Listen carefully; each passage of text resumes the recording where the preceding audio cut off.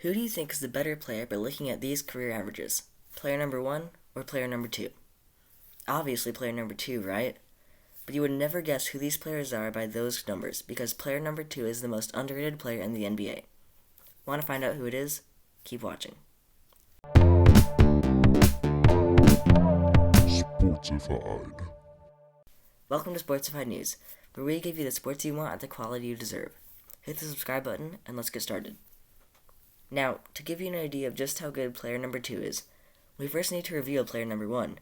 Give me a big drum roll. Or don't, it's fine. Player number 1 is Golden State's 5-time All-Star shooting guard, Klay Thompson. Every good basketball fan knows who Klay Thompson is, one of the best shooters in NBA history, and maybe more importantly, Stephen Curry's partner in crime, one half of the Splash Brothers. If player number 2 beats Klay Thompson in every statistical category listed, points, rebounds, and assists, he must be really good, right? Then how come player number 2 has only 1 All-Star appearance to Klay's 5 All-Star appearances? That's because Devin Booker is the most underrated player in the NBA. Last season, Booker averaged 26.6 points, 6.8 assists, and just over 4 rebounds a game.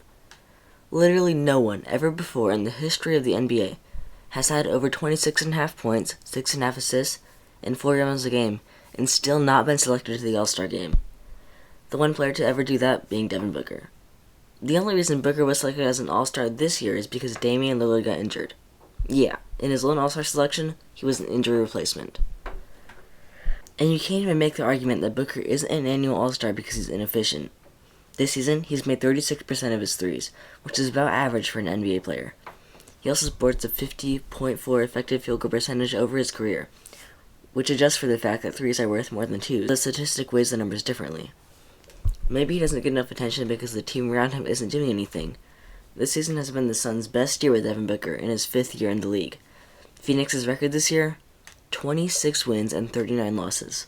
Wow, what a career best. All the other years that they've had Booker, the Suns haven't had a winning percentage over 300. Maybe he just needs a trade.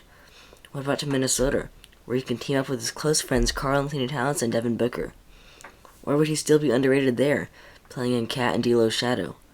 The point is, people need to recognize Devin Booker. He needs to be a household name, not just the first guy you find when you look up the Phoenix Suns roster on Google. Oh wait, nope, he's not even that. The first Suns player you see when you search Phoenix Suns roster on Google is Kelly Oubre, their inconsistent small forward. Why? All in all, this is why Devin Booker is the most underrated player in the NBA. Thanks for watching Sportsified News.